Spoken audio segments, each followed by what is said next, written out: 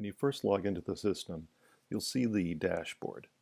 And the dashboard has a number of things in there. It'll give you a quick look at the current routes that you have, what the schedule is for your services. It'll give you a little bit of information as far as where some opportunities you may find by looking at some low density areas and a lot of the analytics, but from a high level standpoint. Underneath you, you'll see you can navigate around. You can see where your services are, your vehicles, automatically generated route optimization, ways of getting to business, and detailed analytics to how to optimize your system. So looking into the services, you could load in your existing services fairly easily with a nice drag and drop feature.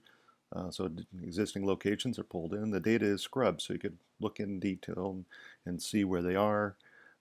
But sometimes when information is brought in, it's not complete. So the system will go through and analyze. It'll scrub the data and actually let you know exactly the areas that you've loaded in that does not have the ability to find where they are, and they can be corrected quickly here. Once information is loaded into the system, it'll automatically go through and analyze and find the best ways of optimizing your business. It'll go through routing. It'll try to find, every day it'll try to find new routes that are better than the previous one found. And as seen here, you can select the routes and it'll bring up a visual of really what the layout is. If you look a little closer, when you get into some of the areas, you can see the specifics and how it gets around some problem areas, but you also see these dollar signs, which is the opportunity for gaining new business out there that when you sign up for the software, you could actually be able to get it.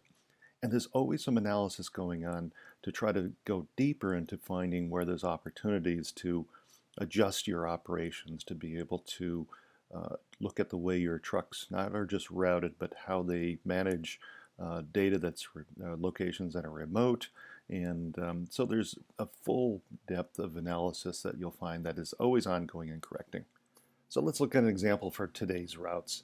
So the dispatcher can actually be able to select one of today's routes, and it'll load up in his browser so you can be able to look at it in the office.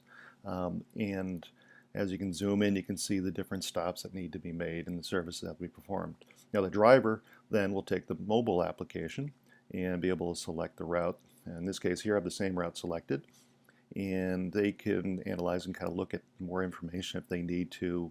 They can click on the service and be able to get a little more information about that.